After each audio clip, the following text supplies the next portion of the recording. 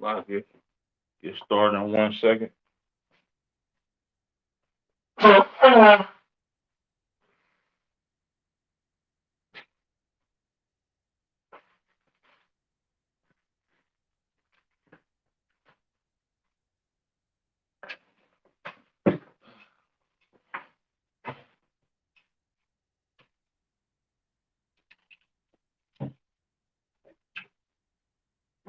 Shalom, Israel. Yahweh by Shem, Yahweh Shabrak thumb to the brothers.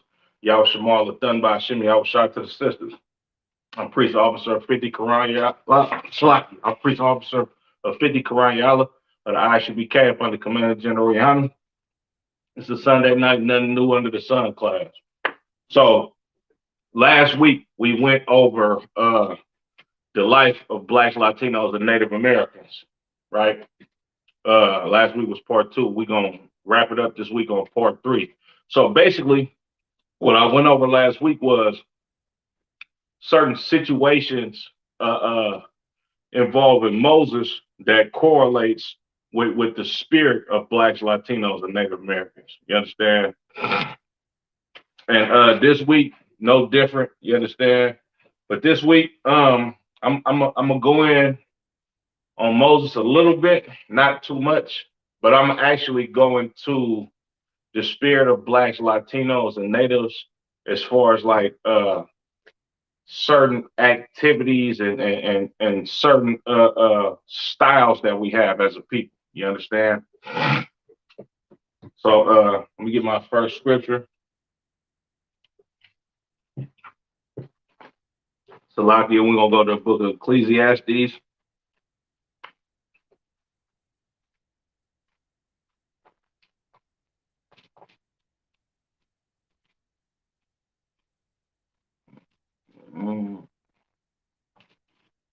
First chapter, 9th verse.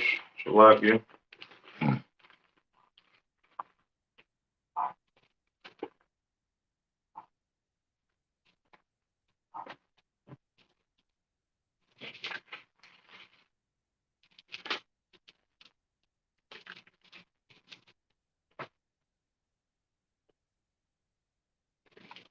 This is the book of Ecclesiastes, chapter 1 and verse 9. The thing that hath been is that which shall be. You understand? Like this is what this class is about. The things that happened in the past and things that shall happen in the future. You understand?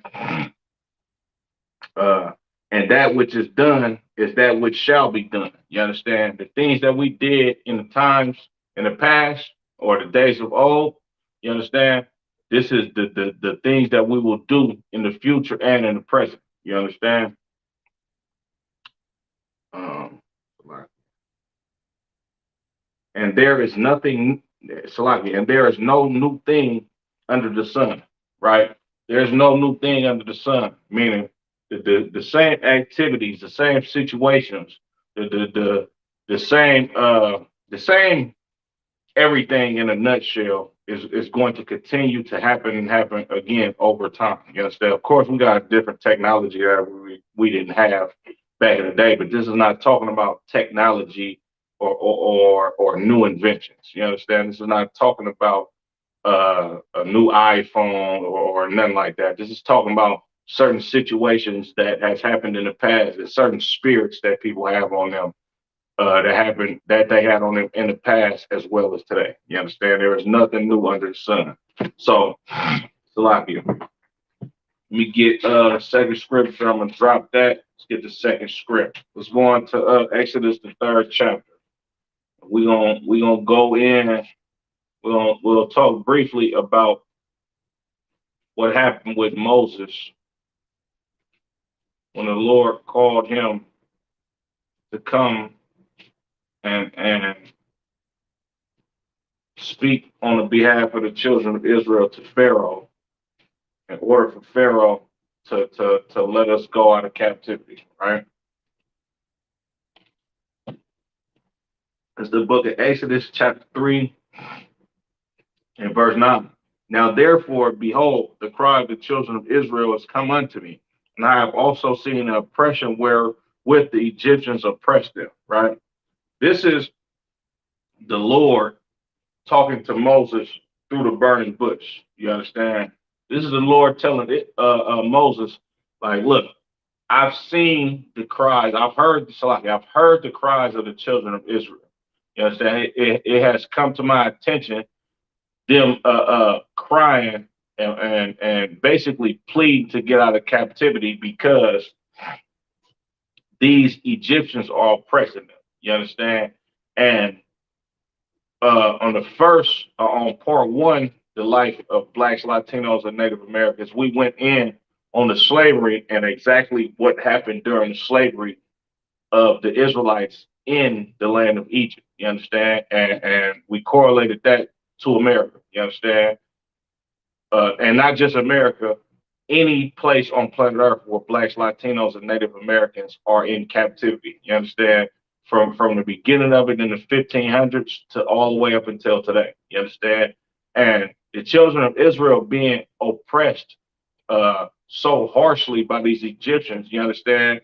We complaining. You understand? We praying to the Lord like, man, please, can we have some mercy? Can we get a break? You understand? It's all type of atrocities being committed against the children of Israel in Egypt. You understand? Just like today. You understand? You had police brutality. You understand? Just like what happened in Exodus, I believe it was the second chapter. You understand?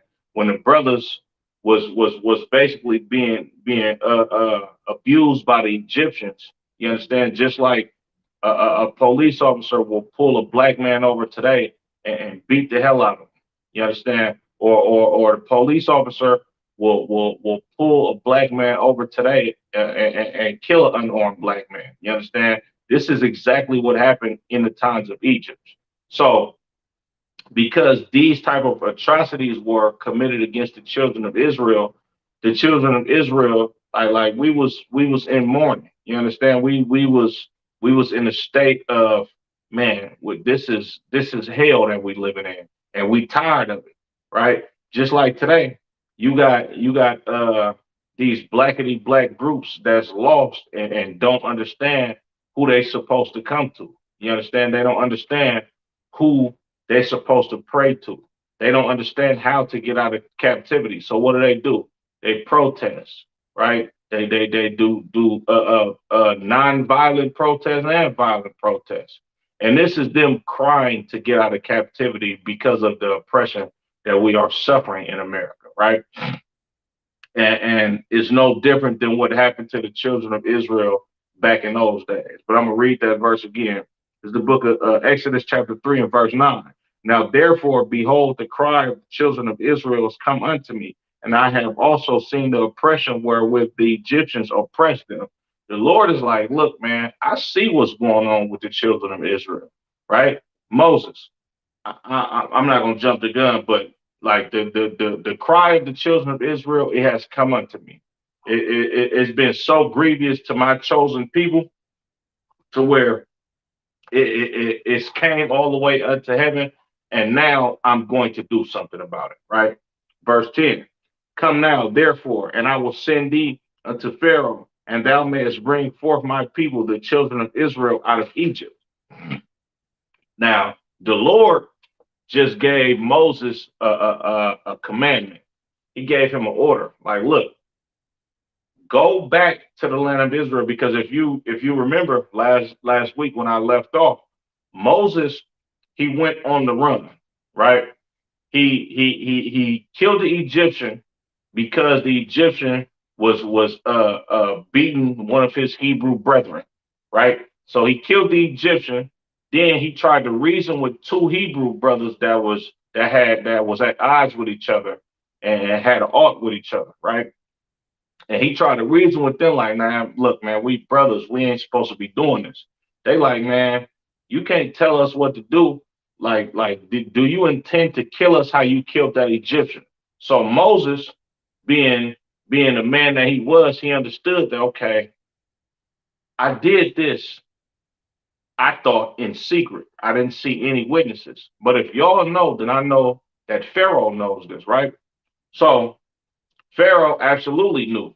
So what Pharaoh did, he sought to kill Moses. Like he sent his men out to go find Moses. Like it was a warrant out for Moses' arrest so they could bring him back and kill him. You understand? And Moses went on the run and he went to go stay in the land of Midian. So when Moses, excuse me, went to the land of Midian, he stayed there for a number of years. I believe Moses was gone for about I don't want to put a time and date on it because I will have to go back into the scriptures, but that's a whole nother breakdown. But Moses was gone for a long time. He was gone for so long that the Pharaoh that was the Pharaoh of the time that he lived in Egypt had passed on and a new Pharaoh arose. You understand? So the Lord is telling Moses, like, look, my chosen people, the children of Israel, your people, your brethren, are being oppressed by these Egyptians. I see it. Their cries have come unto me, and I see how they're being oppressed. You need to go back there and go talk to Pharaoh and get him to let them go. Right? Now, this is Moses' response. Verse 11. And Moses said unto God, who am I that I should go unto Pharaoh and that I should bring forth the children of Israel out of Egypt? So Moses is asking the Lord, like, who, when he's saying, who am I? He's basically saying, like, this is a great task for me. Like, I don't think I can pull this off. Just me, little old Moses, go back to talk to Pharaoh to let all of these people go that's making the Egyptians so much money. Moses is like basically he's saying, like, I can't do this. Lord, I cannot do this. Like this is an extreme task that you asking me to do, right? Verse 13. Salakia. Salakia, verse 12.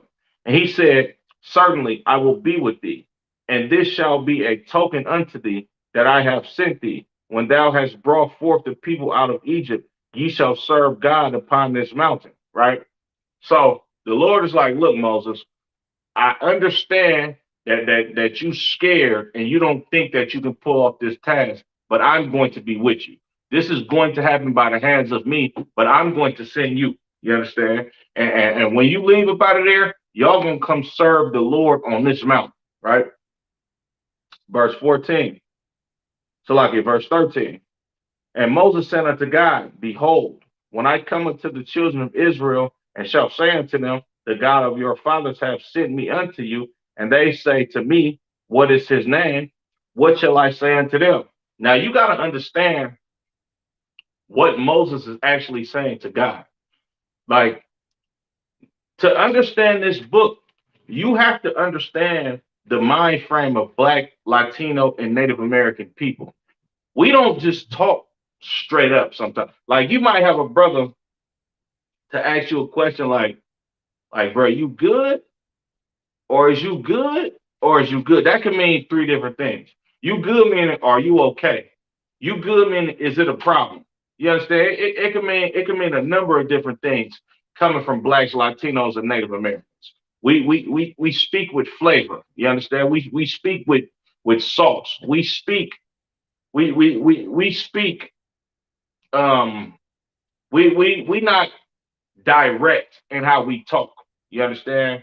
We come off like a Black, Latino, and Native American can understand the spirit on how you talking to them just by how you talk to them. So Moses is in essence is saying to the Lord, like you gonna be with me. Like, man, these people are not going to believe me. Okay, I'm supposed to go tell them that God sent me to them, the God of their fathers. What name should I tell them? Moses is basically getting fresh with the Lord. You understand? He's talking to the Lord in a sarcastic manner. You understand? He's basically sassing the Lord for lack of better terms, right? Verse 14. And God said unto Moses, I am that I am. And he said, thus shalt thou say unto the children of Israel, I am hath sent me unto you. Now, understand what the Lord actually just said to Moses. The Lord's name is not I am that I am. You understand? The Lord's name is not I am. Yahweh does not translate to I am. God is basically checking Moses. It's like how can I explain this? It's like I can give you the perfect example, right? When I was a kid one time, right, it was this one lady. She happened to be a friend of my mother's, right? And I was doing something as a kid that I wasn't supposed to be doing. And she told me to stop. And I looked at her like, lady, who are you to tell me what I can and can't do? But I didn't say this, I just gave her a look as a child. And she looked back at me, and this was her exact word. She was like, yeah, I said it. Like this is basically what the Lord is saying to Moses. Man, look, dude, do what I'm telling you to do. Stop questioning me. You understand? Oh, you want to know my name? Yeah, I am who I am. You understand? Tell them I am sent you to go get y'all out of captivity. Stop. Basically, the Lord is telling Moses, like, bro, stop playing with me and go do what I told you to do. Salaki. Stop playing with me and go do exactly what I told you to do. Follow the order that I'm giving you to do. You understand? Like, you think they're not gonna hear you because they're not gonna believe you. I'm gonna be with you. You understand? You think Pharaoh's not gonna let them go? I'm going to be with you, and I'm going to make him let them go. Right? You go do exactly what the hell I told you to do. Right? Oh, well, what name should I tell them, God? Tell them I am who I am. Tell them I am sent you. Like, go get it done. Like, stop trying to get fresh with me and telling me how you can't do it. I don't want to hear none of that. Tell them I am sent you. You understand? I am who I am. Like a person say to you, man, it is what it is. That's exactly what the Lord is telling Moses, but about himself. I am who I am. You understand? Salaki. But that's the spirit of a black man today in America. You understand? In the Caribbean islands. You understand? In the UK, all over the planet Earth. Black, Latino, and Native American men, we have a stern spirit on us that comes from the Lord. You understand? Like the Lord is not the Lord don't want to hear no BS. He don't want to hear why you can't do a certain thing. Get it done. This is the spirit of a black, Latino, and Native American father, right? If a black, Latino, and Native American father tell his child to do something, he don't want to hear no damn excuses. Go get it done and do what the hell I told you to do, or else you gonna get checked, and you gonna get checked out of love. You understand? But I'm gonna go ahead and drop that. Let's get to this next precept.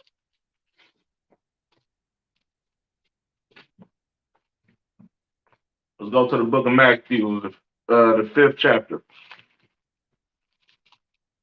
Like allergies killing me in here.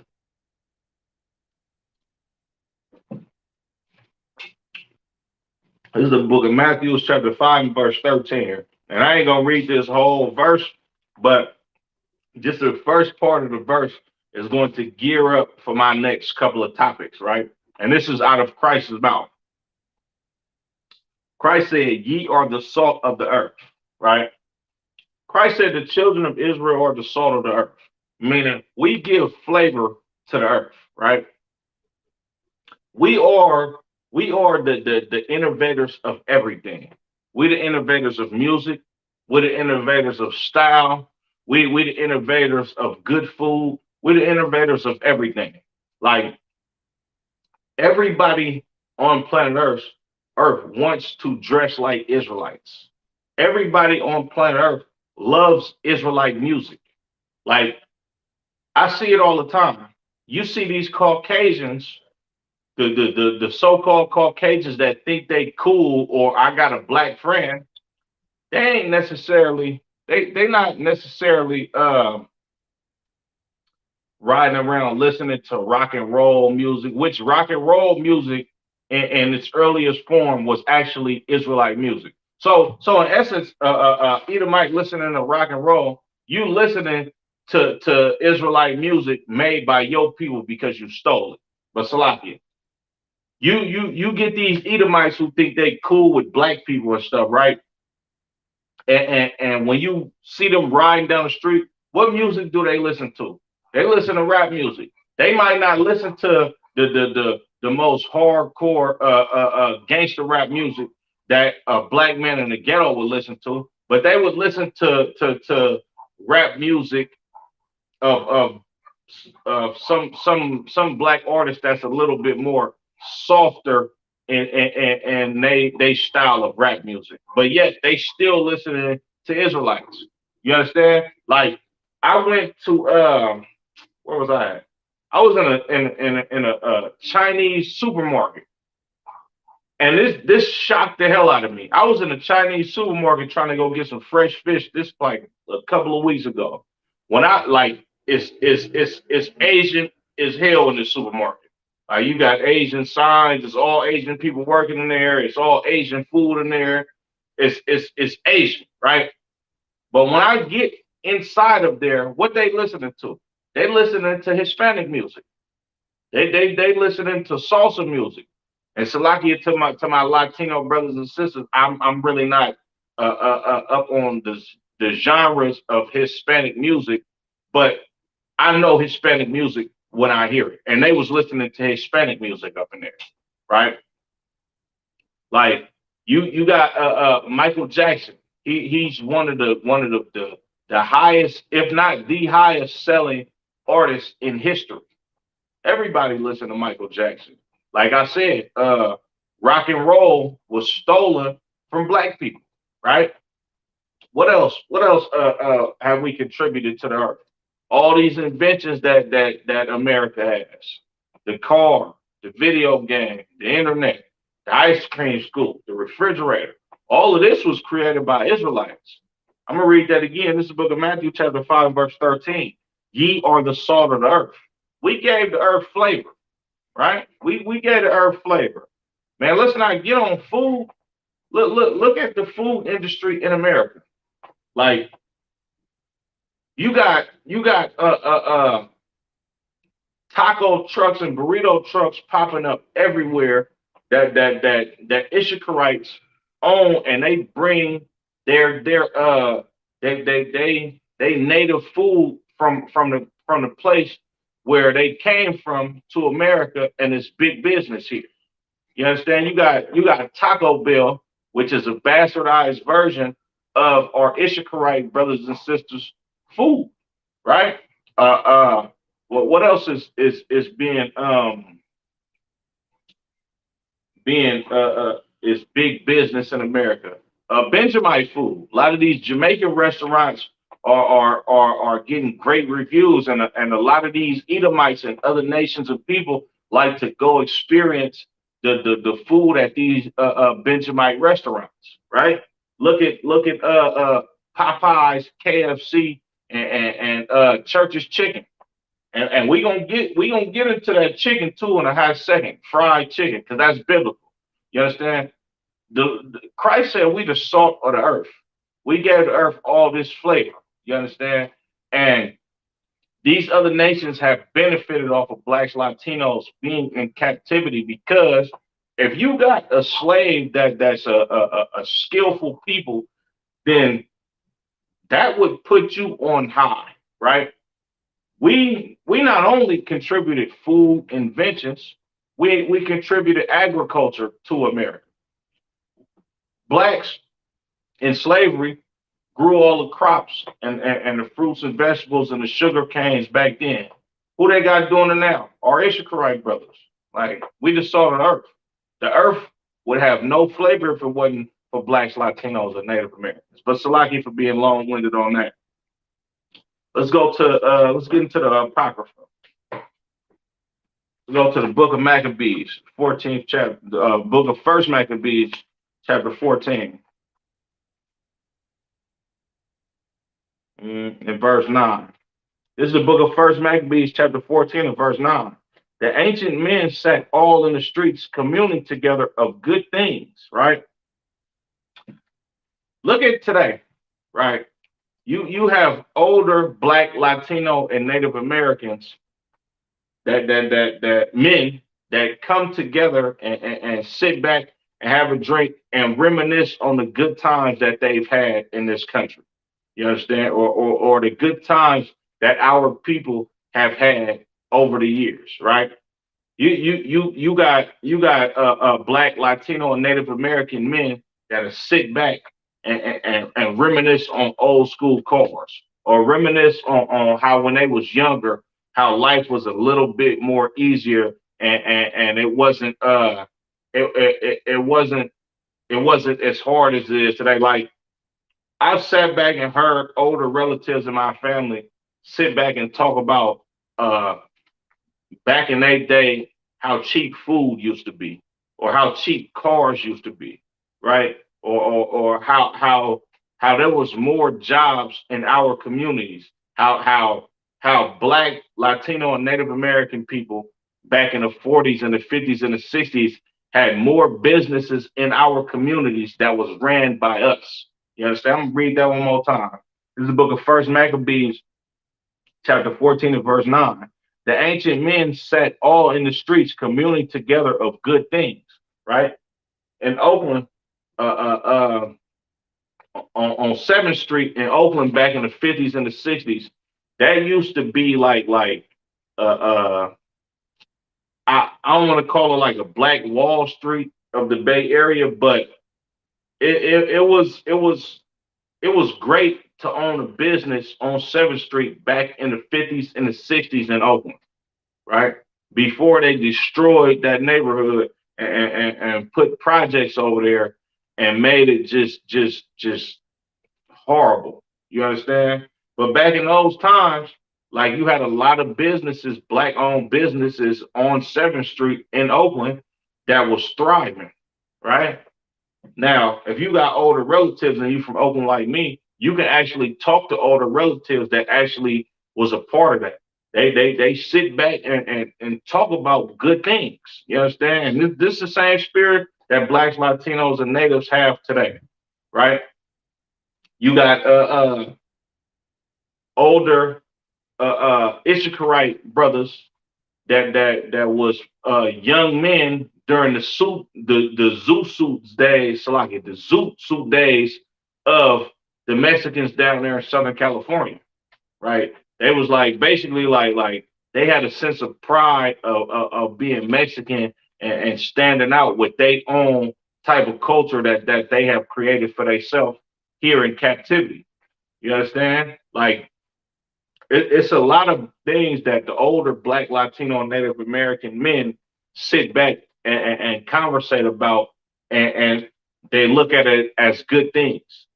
Like you got Black, Latino, and Native American older men that sit back and talk about how there was virtually no crime in the ghetto. You got Black men, Latino men, Native American men that sit back and actually talk about how the Black, Latino, and Native American neighborhoods was before crack. Like, if you're my age, like, I haven't been on planet Earth in a time where there has not been crack cocaine. Like, I'm born in the 90s. Crack cocaine came out in the early and mid 80s.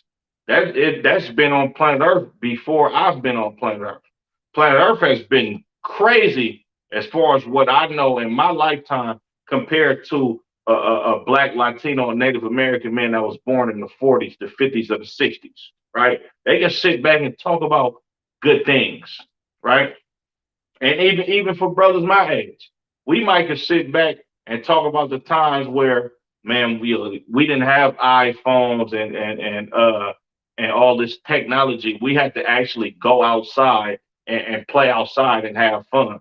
Nowadays, these kids, that all they want to do is get on social media and play video games and all of this type of stuff. When we actually had a chance to be children outside playing and having fun, right? We talk about good things.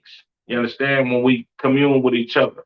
But and also in First Maccabees, the 14th chapter and verse 9, they not just talking about oh man, yeah, it was better when we was kids and food was cheaper and all of that. Nah, the good things that they talking about right here in the book of First Maccabees chapter 14 and verse 9, They talking about us receiving the kingdom of heaven.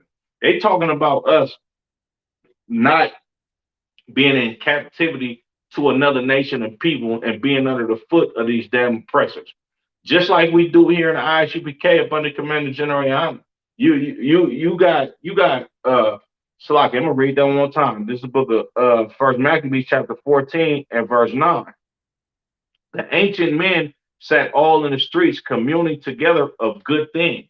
Like we got ancient men in the ISUBK that sit back and commune with each other about good things.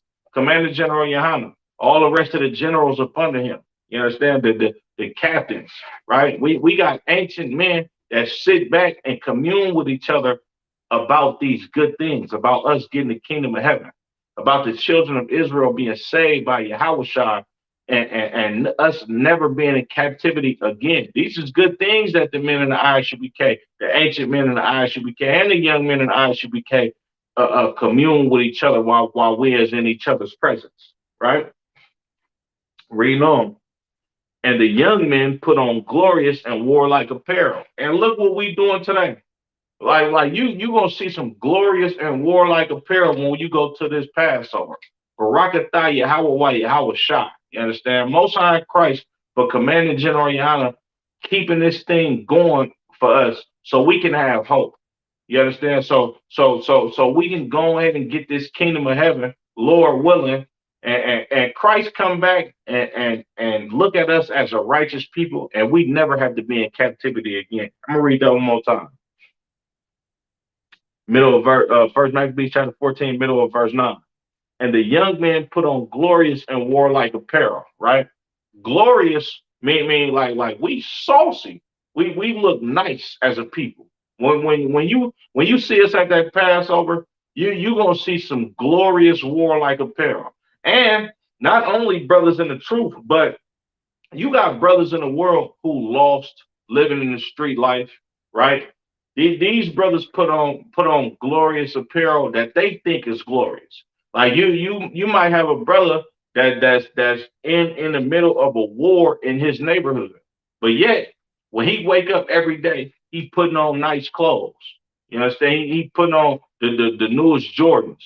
He putting on the Balenciaga hoodies. He putting on Gucci, Louis Vuitton. He putting on these things that he think is glorious because unbeknownst to him, it's his nature and it's his culture for him to dress nice even when he's going to war. You understand? And that's the spirit of blacks, Latinos, and Native Americans. The Lord is the Lord is the Lord has chosen us to be a special people unto himself, a holy people unto himself. Like we don't sit back and we don't have the same swag as these other nations.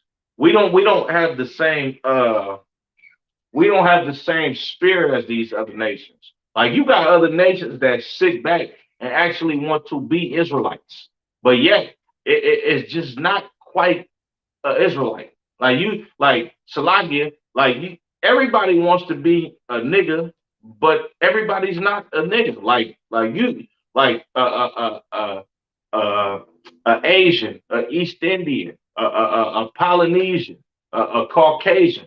They can put on stuff that we put on. They can sit back and act like a fake Jew can act like he's a real Israelite.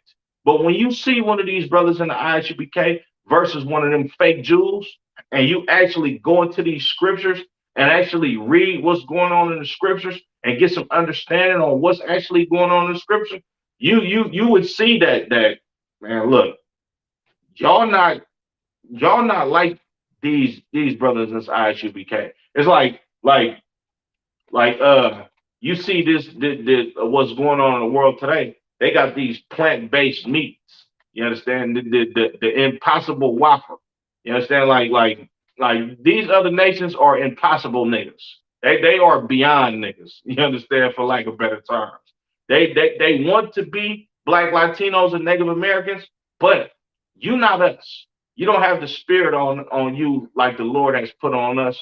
So you can try to imitate us as best as you can, but it's just not going to be the same, right?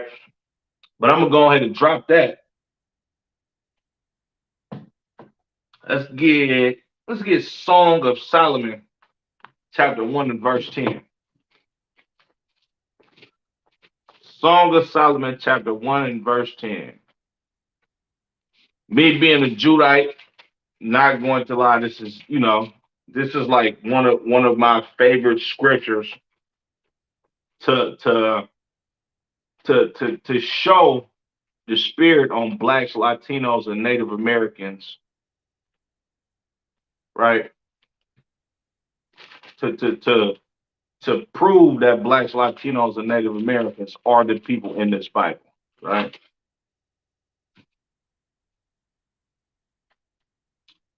This is the book of Song of Solomon, chapter 1 and verse 10. Thy cheeks are comely with rows of jewels, and thy neck with chains of gold. This is describing King Solomon. It says his cheeks are comely, mean like comely means beautiful, nice looking, right? It says thy cheeks are comely with rows of jewels, thy necks with chains of gold, right? In between your cheeks are your teeth.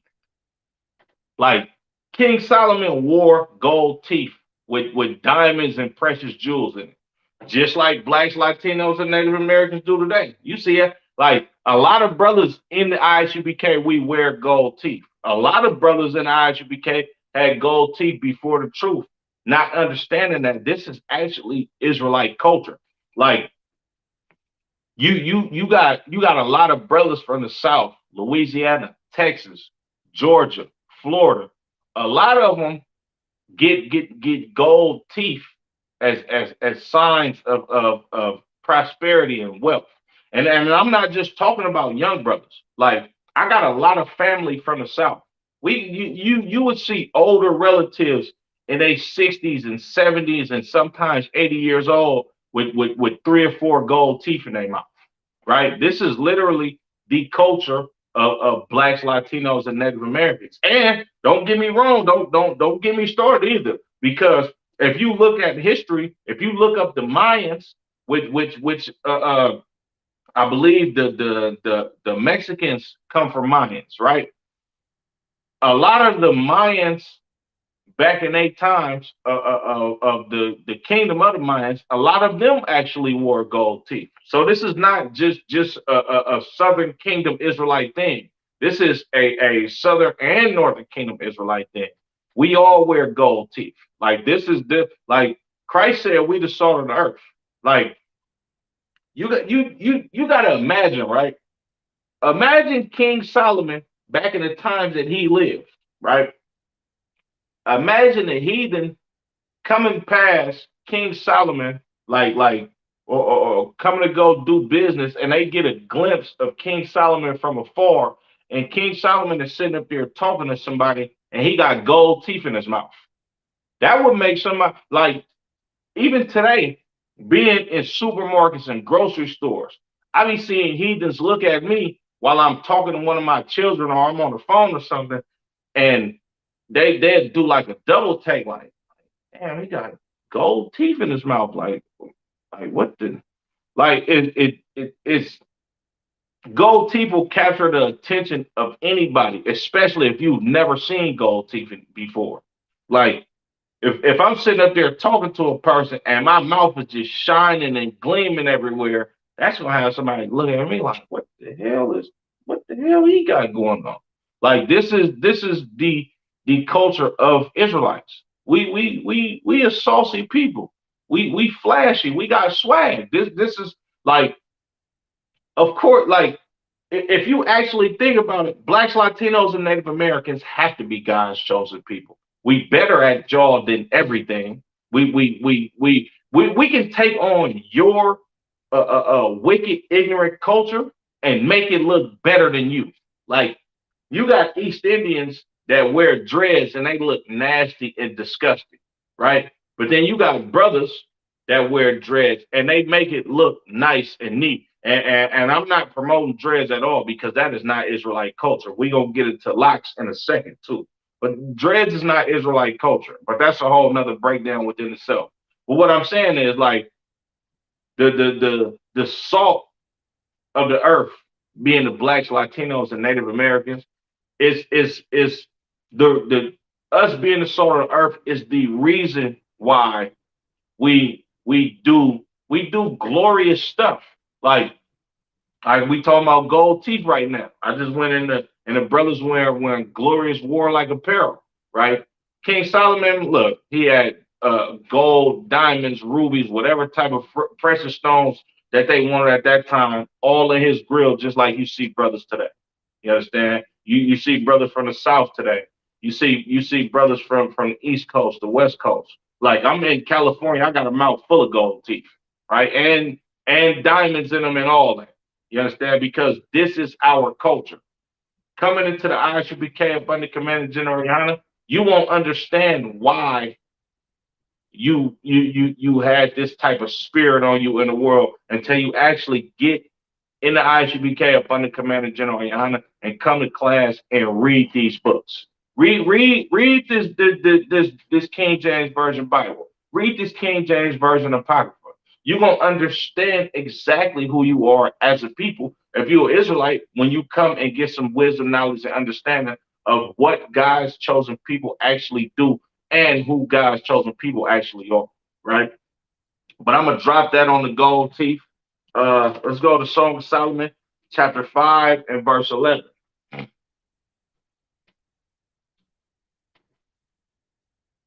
This is the book of Song of Solomon, chapter 5 and verse 11. His head is as the most fine gold. King Solomon had a crown of gold on his head. You see this crown on my head?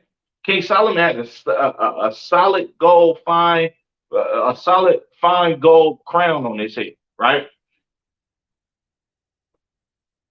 Reading on, Slocky.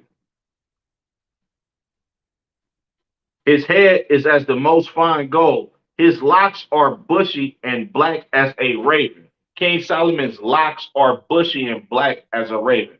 Now, this is not talking about dreadlocks, right? Because if you look up the history of dreadlocks, dreadlocks is a East Indian culture, right? And it's an East Indian way of worshiping the East Indian goddess Shiva, right? That has nothing to do with Black, Latino, and Native Americans, right? If you go look at a master lock, right? What does a master lock do? A master lock locks something up and it can unlock. You cannot unlock filthy, nasty dreadlocks. It's impossible. You're gonna have to cut that BS out your head. But whereas a braid, you can lock up those strands of hair, right? And when your locks get bushy, just on Salaki, I'm gonna read that one more time. This is a book of Song of Solomon, chapter 5 and verse 11. His head is as the most fine gold. His locks are bushy and black as a raven.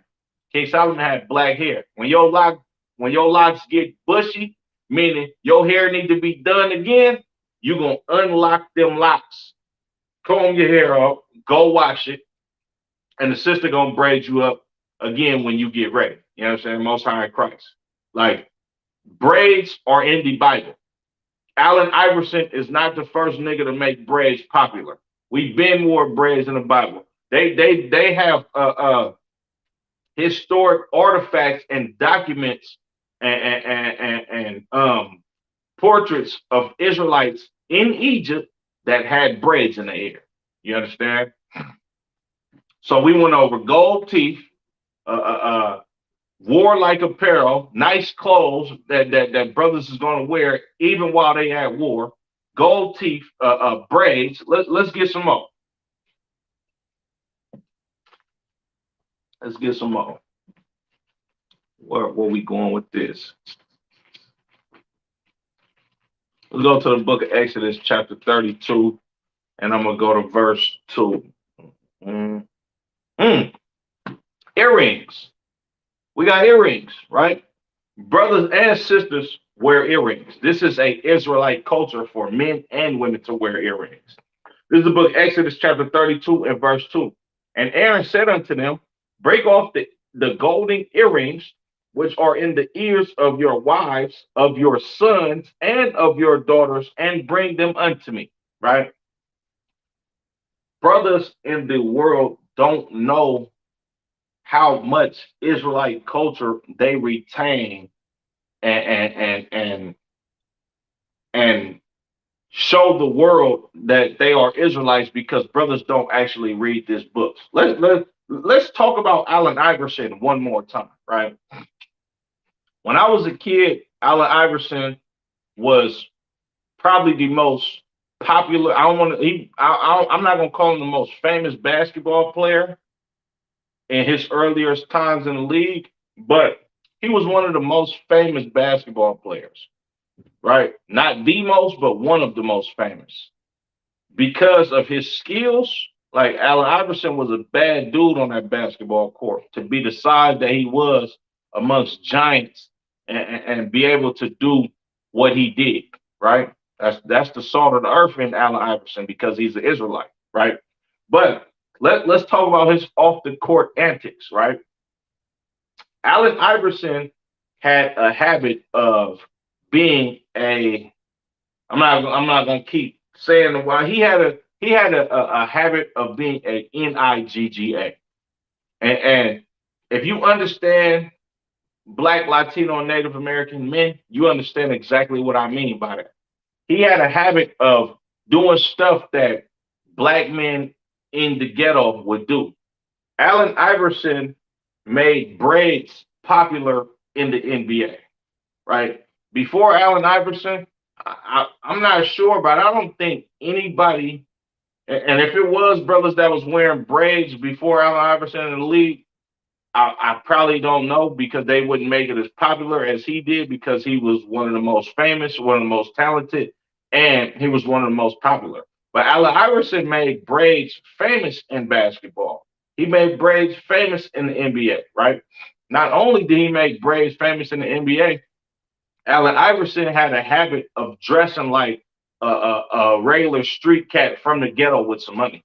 Like Allen Iverson would sit down at a press conference, and back then the popular thing for black men to wear back then was a lot of sportswear, throwback jerseys, jerseys from the 60s and the 70s and the 80s, right? With the hat to match and the big white t-shirt and the big pants and the latest tennis shoes. Allen Iverson playing for the Philadelphia 76ers. He would literally sit in a press conference on with Boston Celtics jersey on, a matching hat, a oversized t-shirt, and a whole lot of chains. Salakia. Let me go back. Let me go back to Song of Solomon, chapter 5 and verse 11, because I just remember I didn't break down the whole scripture. Oh, Salakia. Now Song of Solomon 5 and 11. Song of Solomon 1 and 10.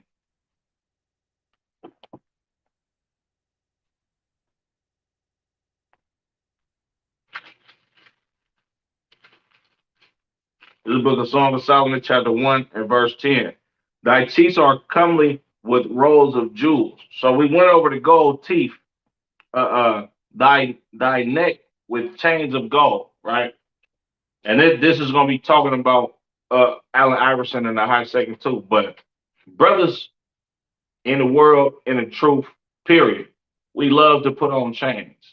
We love to put on gold chains, silver chains, platinum chains, diamond chains, because unbeknownst to us being in the world, this is actually the culture of Black, Latino, and Native American men, just like gold teeth. But I'm not. I just wanted to touch on that because I went in on the gold teeth, but I didn't actually really go in on the chains. King Solomon wore a golden crown, braids in his hair, gold teeth, and gold chains. Man, look, if that is not a Negro from the tribe of Judah, I don't know what the hell is. You understand? But Salakia, back to Exodus chapter 32 and verse 2. And Aaron said unto them, break off the golden earrings which are in the ears of your wives, of your sons, and of your daughters, and bring them unto me, right? We talking about Allen Iverson. Allen Iverson made cornrows popular. Allen Iverson made dressing like a brother from the hood popular as far as like being a basketball player, right? Also, Allen Iverson, like I was explaining, he would be sitting in a press conference with a jersey from another team because this is how brothers dress in the hood with two and three chains on. And what else did he have on? Allen Iverson wore earrings. This is Israelite culture. And he wore two earrings. Like a lot of people don't understand that blacks, Latinos, and Native Americans, it's not just common for a sister to wear two earrings. It's common for brothers to wear two earrings because this is the spirit that blacks, Latinos, and Native Americans have on it. And it's been passed down from our ancestors that's in this Bible. Like we do the exact same thing that people in this Bible do while we in the world, and we don't even understand that we actually are basically um doing some parts of our culture and keeping some of our traditions just naturally, right? So in the book of Exodus chapter 32, this is basically when the children of Israel, this is when Moses went and to the mountain for 40 days and 40 nights.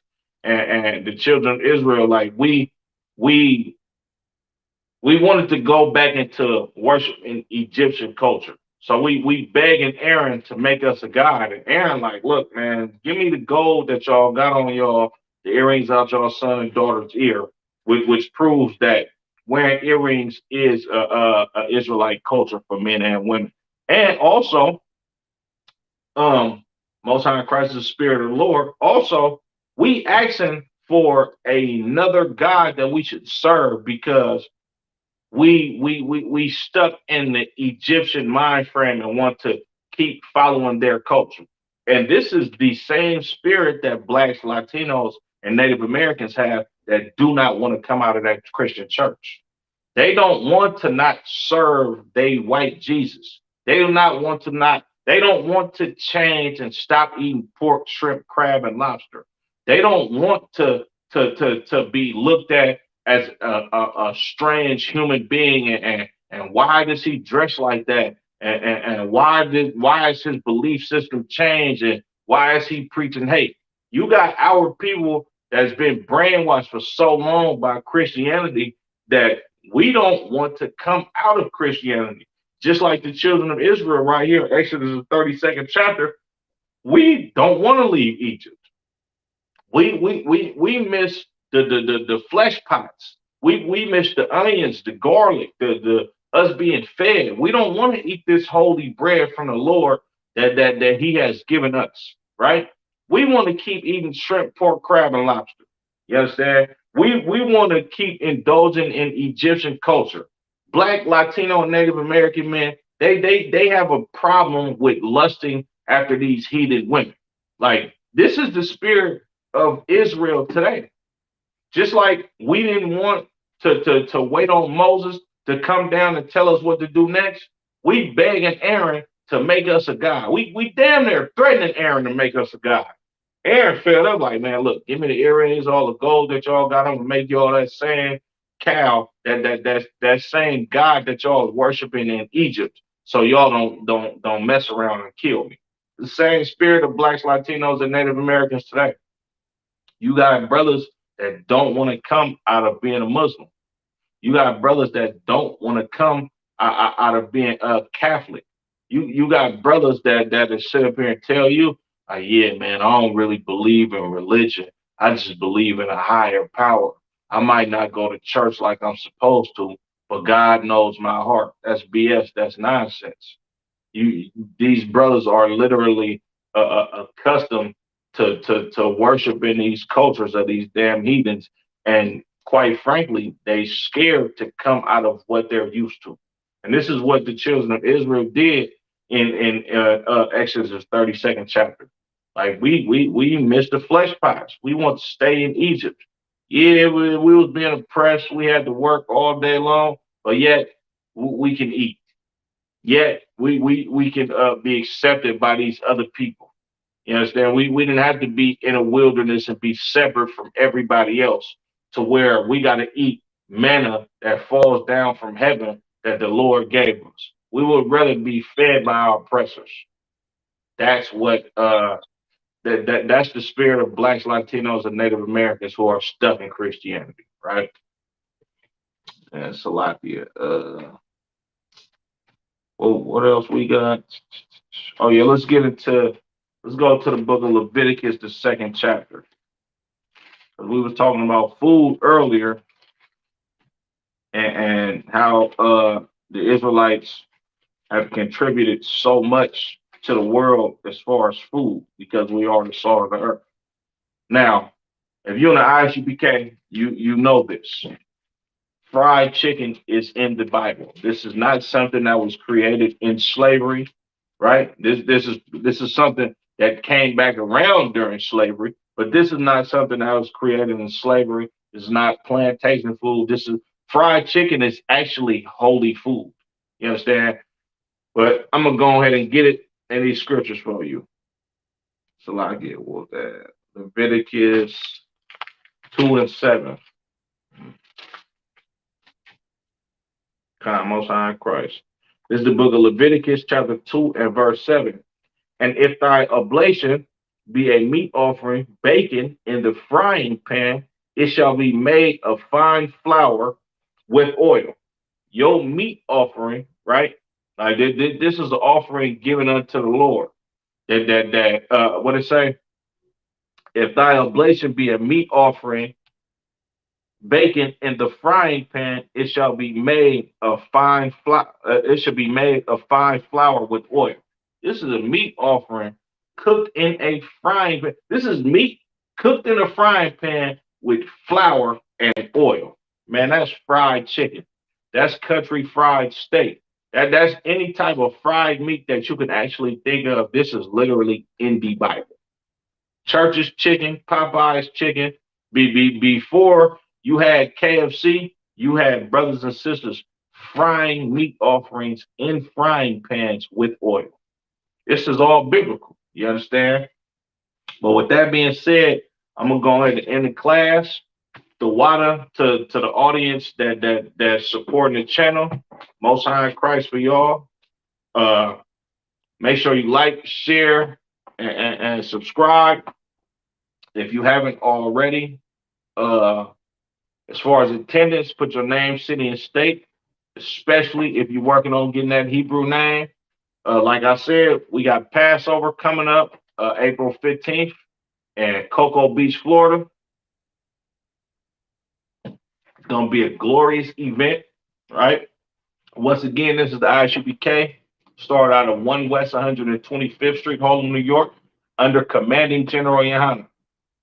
As we always say, we are not affiliated with no fake Israelite group. We're not affiliated with no Christian church.